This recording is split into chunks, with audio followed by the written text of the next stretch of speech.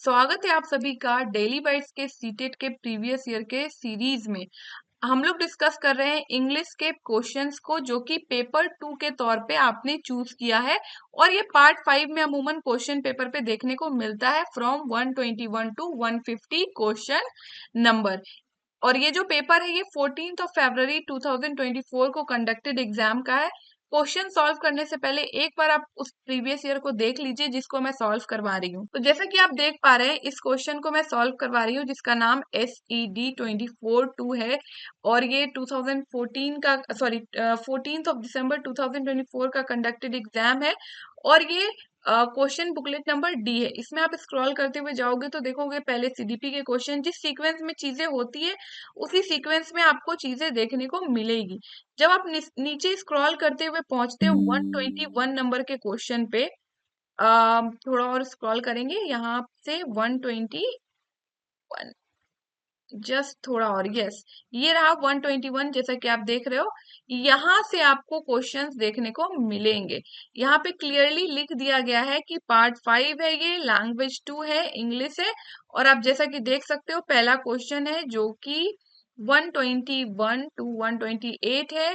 ये hill station के regarding है, इसी से हम लोग अभी क्वेश्चंस को डील करेंगे यहीं से, ठीक है। तो चलिए अब हम लोग डायरेक्टली क्वेश्चन सॉल्व करते हैं। तो ये रहा हमारा पहला क्वेश्चन। से पहले हमें यहाँ पे पढ़ना है पैसेज। इस पैसेज को आप एक बार स्क्रीन पॉज करके रीड कर लीजिए। यहाँ पे बेसिकली हिल स्टेशन के बारे में बात हो रही है कि किस प्रकार से हिल स्टेशन लोग जाते हैं और वहां पे सुकून पाते हैं। जो शहर है वहां के बहुत ज्यादा साउंड पोल्यूशन इन चीजों से कैसे उन्हें हिल स्टेशन पे पीस मिलता है, काम मिलता है, इससे रिलेटेड ये पूरा का पूरा पैसेज है। तो यहाँ पे एक स्टेटमेंट दिया हुआ है, Netarhat is located at the height of 3696। एकदम करेक्ट बात है। ये है जो कि क्वीन ऑफ छोटा नागपुर कहलाता है, ये भी एकदम करेक्ट है।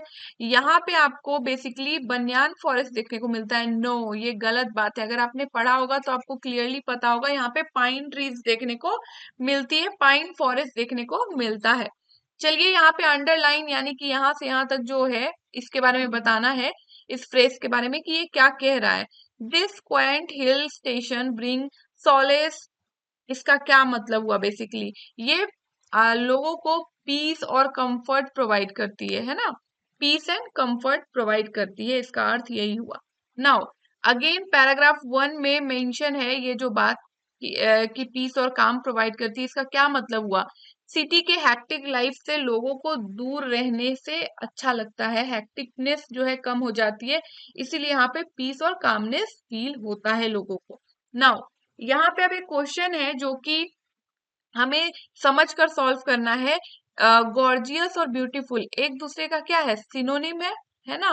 तो सेम ट्रैंक्वाइल का सिनोनिम क्या होगा। ट्रैंक्वाइल क्या होता है, बेसिकली इसका मतलब होता है शांति, है ना।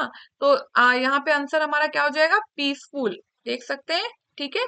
इसका मतलब हो गया बेसिकली पीसफुल। नाउ नेक्स्ट हम लोग मूव करते हैं। यहाँ पे सनराइज पॉइंट जो है वहां पे विजिटर विजिट करते हैं। तो वहां पे बेसिकली क्या होता है, सनराइज होता है, ऑयल पेंटिंग होता है, लस वेजिटेशन होता है, बोथ 1 and 3 होता है। इसका सिंपल आंसर है बोथ 1 and 3, दोनों ही चीज होती है, ठीक है। ऑयल पेंटिंग जैसा कुछ नहीं होता। नाउ यहाँ पे एक सेंटेंस दिया हुआ है जो कि अंडरलाइन तो नहीं है पर यहाँ से यहाँ आप देख सकते हो, ये ब्रैकेट के अंदर है, ठीक है। तो यहाँ पे कहा जा रहा है fabulous sunrises and stunning sunsets leave the visitors awestruck. देखिए यहाँ पे बेसिकली क्या हो रहा है, विजिटर के बारे में बता रहा है, तो एडजेक्टिव हो गया पहले, पीछे तो एडजेक्टिव हो जाएगा। बेसिकली यहाँ पे क्या है, सनराइज और स्टनिंग है, तो यहाँ पे क्या हो जाएगा, नाउन हो जाएगा। यहाँ पे सनराइजेस है ना, वो नाउन को बता रहा है, ठीक है। नाउ आगे मूव करेंगे, हम लोग देखेंगे यहाँ पे क्या गलत बात है नितरहत के बारे में। यहाँ पे बेसिकली सनराइज देखने को मिलता है, सनसेट देखने को मिलता है, पाइन ट्रीज, रिफ्यूजी कैंप देखने को नहीं मिलता है, तो यही गलत यहाँ पे है। ओके, नाउ यहाँ पे एक फ्रेज दिया हुआ है, hustle and Bansal of cities. इसका क्या मतलब हुआ, बेसिकली सिटी में जो नॉइस है, शांति नहीं है, बिजी और नॉइसी लाइफ है, उसके बारे में बात यहाँ पे हो रही है। नाउ अब यहाँ पे अगेन एक पैसेज है, इसको आप रीड करोगे तो 129 टू 135 नंबर के क्वेश्चन को यहाँ पे आप सॉल्व करोगे। तो इसको आप एक बार रीड करोगे, ठीक है। यहाँ पे आप देखोगे कि एक प्लान के बारे में डिस्कस हो रहा है, घूमने का है ना। तो इसके रिगार्डिंग ये पूरा का पूरा है, तो आप इसको रीड कर लेना एक बार। अब यहाँ पे हम लोग बेसिकली देखेंगे अंडरलाइन अगेन, यही जो कोमा के अंदर है, ठीक है। He was wild and a little dangerous subject to moods and impulse. Basically ये किस प्रकार का स्पीच है बताना है, एडजेक्टिव और नाउन। एडजेक्टिव क्यों है, क्योंकि ये जो वाइल्ड है यहाँ पे वो क्या है, एडजेक्टिव है, ठीक है। ये नेचर का कैरेक्टर डिसाइड कर रहा है बेसिकली।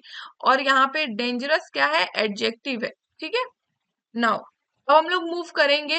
आ, ये क्लियर हो गया, एडजेक्टिव हो गया क्लियर, दो यहाँ पे है, और नाउन का मैंने बताना भूल गई मैं। बेसिकली वाइल्ड भी एडजेक्टिव हो गया और इम्पल्सिव जो है ना वो नाउन है, तो इसी वजह से ये नाउन हो गया। Okay now who among the three friends proposed कि उन्हें पूल पे जाना है, ठीक है। ये किसने प्रपोज किया, सोमी ने। ओके आंसर हो जाएगा इसका सोमी। नाउ यहाँ पे आप क्वेश्चन है, फॉलोइंग ऑप्शंस दिए हुए हैं जो कि नहीं डिस्क्राइब करता है पुल को, ठीक है। पुल में क्या है, water trickling among firm and grasses, rough rock beds, trickling water fall down the rock, Apple green colour of the water. देखिए जितने वाटर से रिलेटेड है करेक्ट है, लेकिन ये रॉक बेड वाली जो बात है, रफ बेड रॉक्स का, वो गड़बड़ है, ठीक है। आप देखोगे पैसेज में क्लियरली मेंशन है कि वहां पे क्या क्या चीजें होगी, ठीक है। नाउ अब यहाँ पे नेक्स्ट क्वेश्चन है, सिनोनिम बताना है इस इंस्टिंक्ट का। इंस्टिंक्ट का मतलब क्या हो गया, synonym inclination. Okay now next move करते हैं हम लोग। यहाँ पे what bought the three boys together, तीनों लड़कों ने क्या खरीदा एक साथ। तीनों लड़कों ने एडवेंचर की स्पिरिट को एक साथ बेसिकली परचेस करा, ठीक है। यहाँ पे बेसिकली एक फ्रेज टाइप का ये है कि सभी में स्पिरिट था तभी घूमने जा पाए। Okay now dash a pledge made in deadly earnest implies, इसका बेसिकली क्या हो जाएगा, a promise is in complete seriousness, ठीक है।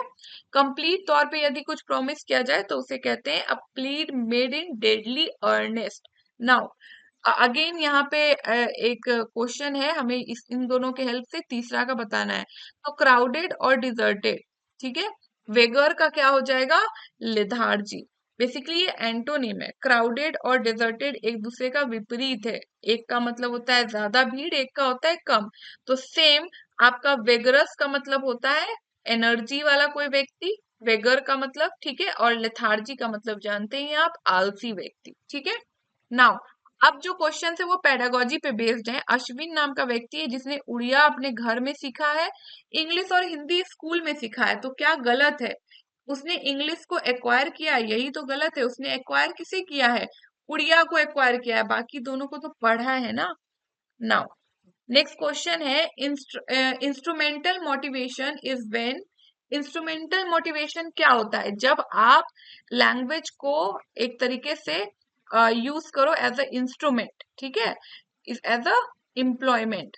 ओके यहाँ पे जैसे कि लिख रखा है, person learn the language for utilitarian reason like employment. आप अगर फ्रेंच सीख रहे हो तो क्यों सीख रहे हो, आप किसी से फ्रेंच में बात करोगे क्या, नहीं ना, आप उससे एम्प्लॉयमेंट चाहते हो, तो ये पर्पस हो गया। ओके नाउ कृपा एंड करण आर ट्विंस, ठीक है। दो हैं जो कि ट्विंस है, जुड़वा बच्चे हैं, और दोनों ही अलग तरीके से मणिपुरी में बात करते हैं, अलग डायलेक्ट में मणिपुरी में बात करते हैं। तो इसे क्या कहते हैं, एक ही लैंग्वेज को दो अलग तरीके से, तो इसे क्या बोलते हैं, आइडियोलेक्ट। बेसिकली हर व्यक्ति सेम भाषा को अलग अपने इंस्टिंक्ट से, अपने टोन से बोलता है, यूनिक हर व्यक्ति होता है, यूनिक तरीके से उसको रखता है बातों को, इसीलिए इसे आइडियोलेक्ट बोलेंगे। ओके नाउ इंग्लिश लैंग्वेज जो है उसके रिगार्डिंग इंडियन कॉन्स्टिट्यूशन में क्या लिखा है, ये एसोसिएट ऑफिशियल लैंग्वेज है, हमारे 343 आर्टिकल के अंदर ये बात लिखी हुई है।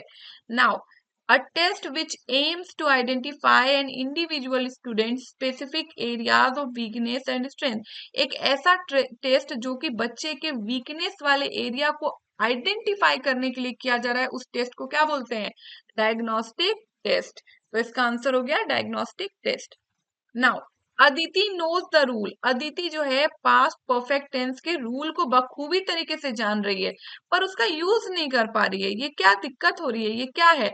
इसे कहते हैं डिक्लेरेटिव नॉलेज, कि उसे आ तो रहा है रूल वगैरह, रूल का बढ़िया नॉलेज है, रूल उसके रटे हुए हैं, लेकिन उसे वो यूज नहीं कर पा रही है। ओके, तो इसका आंसर हो जाएगा declarative knowledge. Now which of the following is not true of language, कौन सा ट्रू नहीं है? तो देखेंगे, some language can only convey science and engineering, यही तो गलत बात है ना। कुछ लैंग्वेज सिर्फ साइंस और इंजीनियरिंग को कन्वे करेंगे? नहीं, हर तरह की बात को कन्वे करेंगे। ये कोई स्पेसिफिक है कि साइंस और इंजीनियरिंग वाले बच्चे इसी लैंग्वेज में बात करेंगे? नहीं, तो ये रॉन्ग बात है। Now project work in language classroom है ना, अगर किसी को इन्वॉल्व किया जाए तो ये क्या होगा? बेसिकली प्रोजेक्ट वर्क से क्या क्या बच्चा सीखता है? ग्रुप बनेगा, टॉपिक आइडेंटिफाई होगी, प्लानिंग होगी, कलेक्शन होगा, इंटरप्रिटेशन होगा। बेसिकली ऑप्शन नंबर 3 में हर वो चीज है जो एक बच्चा प्रोजेक्ट के माध्यम से सीखता है। Okay, now top down approach, बार बार टॉप डाउन अप्रोच से क्वेश्चन आ रहा है तो ध्यान देंगे। टॉप डाउन अप्रोच का सिंपल मतलब हो गया, ओवरऑल मैसेज को आप कन्वे कर रहे हैं, सुन रहे हैं, समझ रहे हैं, और उसका अगर जरूरत होगी तो जवाब भी दे दोगे, है ना। तो ये हमारा ऑप्शन नंबर 4 करेक्ट हो गया। नाउ क्लास 7 में एक टीचर है जिन्होंने एक लिखने का टास्क दिया है बच्चों को, ठीक है। और वो क्लासरूम के बाहर चली जाती है and brought a hawker to the classroom with a basket. She requested him to be there for about 7 minutes and then ask her learner to work in pair and write a description of the person of the hawker. देखिए basically क्या है, hawker के बारे में कुछ देर के लिए hawker को लाती है रूम में और कहती है कि आप थोड़ी देर यहाँ पे रुकिए, ठीक है, और बच्चे देख लेते हैं। उसके बाद बच्चों को अगर कह रही है लिखने के लिए तो वो किस प्रकार की एक्टिविटी है? मटेरियल एक्टिविटी है। ओके, नाउ क्लास 7 का बेसिकली अगेन क्वेश्चन है। जो टीचर है वो चाह रहे हैं कि बेसिकली जो बच्चा है शॉर्ट टेक्स्ट को पढ़े या लिखे, जिसमें कि पावर, आइडेंटिटी, ये सारी चीजें हो कम्युनिटी से रिलेटेड। तो ये क्या है? बेसिकली क्रिटिकल लिटरेसी को बढ़ावा मिलेगी, है ना। उसको समझ रहा है, अंडरस्टैंडिंग हो रही है पावर के बारे में, पीपल के बारे में, कम्युनिटी के बारे में, ठीक है। तो यहाँ पे क्रिटिकल लिटरेसी डेवलप होगी बच्चों में। एनईपी 2020 से रिलेटेड कौन सा चीज है जो कि यहाँ पे क्लासिकल लैंग्वेज के बारे में सही है? क्लासिकल लैंग्वेज एक प्रकार का ऑप्शनल होता है सीनियर सेकेंडरी में, तो ऑप्शन नंबर 2 करेक्ट हो गया कि सीनियर सेकेंडरी स्टेज में ये ऑप्शनल के तौर पे, लैंग्वेज के तौर पे क्लासिकल लैंग्वेज को आप ले सकते हो। ओके, नाउ यहाँ पे अब क्या है, इसको आप रीड करोगे तो देखोगे कि बेसिकली एक रिवॉल्यूशन है, ठीक है। उससे रिलेटेड अगर आप किसी को लिखने कह रहे हो या पढ़ने कह रहे हो, लैंग्वेज से रिलेटेड रजिस्टर करने कह रहे हो, तो ये किसमें आएगा? फ्रेंच रिवॉल्यूशन है या सोशल पावर है या सोसाइटी से रिलेटेड है, तो सब किसके अंदर आएगा? सोशल साइंस रजिस्टर के अंदर आएगा। यहाँ पे एक बार देख लीजिए एक्सप्लेनेशन। ये जो टेक्स्ट है वो हिस्टोरिकल इवेंट फ्रेंच रिवॉल्यूशन के बारे में बात कर रहा है, social movement, individual right, colonial development, societal change, इन चीजों के बारे में बात कर रहा है जो कि सोशल साइंस डिस्कोर्स का है। का सिंपल मतलब है कि ये सोशल साइंस रजिस्टर के अंदर होना चाहिए। नाउ सुभाष है, एक टीचर है क्लास 8 का, जो कि रिग्रेट कर रहा है क्या? Language assessment generally does not give importance to receptive skill. What does he mean by receptive skill? Basically जो क्लास 8 के एक टीचर है वो ऐसा कह रहे हैं कि जो लैंग्वेज असेसमेंट है वो रिसेप्टिव राइटिंग, रिसेप्टिव स्किल है बेसिकली। तो रिसेप्टिव का मतलब क्या हुआ? जिसमें आप रिसेप्ट कर रहे हो, ठीक है। तो इसका आंसर क्या हो जाएगा? लिसनिंग और रीडिंग, है ना। लिसनिंग और रीडिंग के माध्यम से आप रिसेप्ट कर रहे होते हो, ठीक है। ये क्लियर स्किल है हमारा, लिसनिंग एंड रीडिंग दोनों में लैंग्वेज का रिसेप्शन होता है, ठीक है। और जब प्रोडक्टिव की बात होगी तो प्रोडक्टिव में क्या हो जाएगा? स्पीकिंग और writing. Now question number 150, learner understand and applies that language works as a system। Language system की तरह बात कर रहा है तो ये क्या हो जाएगा? सिस्टमैटिक कॉम्पिटेंस हो जाएगा। This was it for today's video. बाकी आप लोगों ने प्रीवियस ईयर के क्वेश्चन पेपर देख लिए। अगर आपको प्रिपरेशन की रिक्वायरमेंट समझ आ रही है कि मुझे प्रिपरेशन करना चाहिए, तो आप सिंपली डेली वाइज का ऐप इंस्टॉल करिए, जो कि गूगल प्ले स्टोर पे इजी अवेलेबल है। वहां पे आप देखोगे कि सीटेट पेपर 1 पेपर 2 से रिलेटेड हर एक मटेरियल बहुत ही सही ढंग से वहां पे सीक्वेंस वाइज आप लोग के लिए प्रोवाइड किया गया है। तो आप उसे परचेस करके अपने हिसाब से, अपने टाइम के हिसाब से प्रिपरेशन कर सकते हो और एक ही बार में सीटेट को क्वालिफाई कर सकते हो। बने रहे हमारे साथ इन सभी सोशल मीडियाज के थ्रू। इन सभी के लिंक आपको डिस्क्रिप्शन बॉक्स में देखने को मिल जाएंगे। Stay tuned, stay updated. Thank you.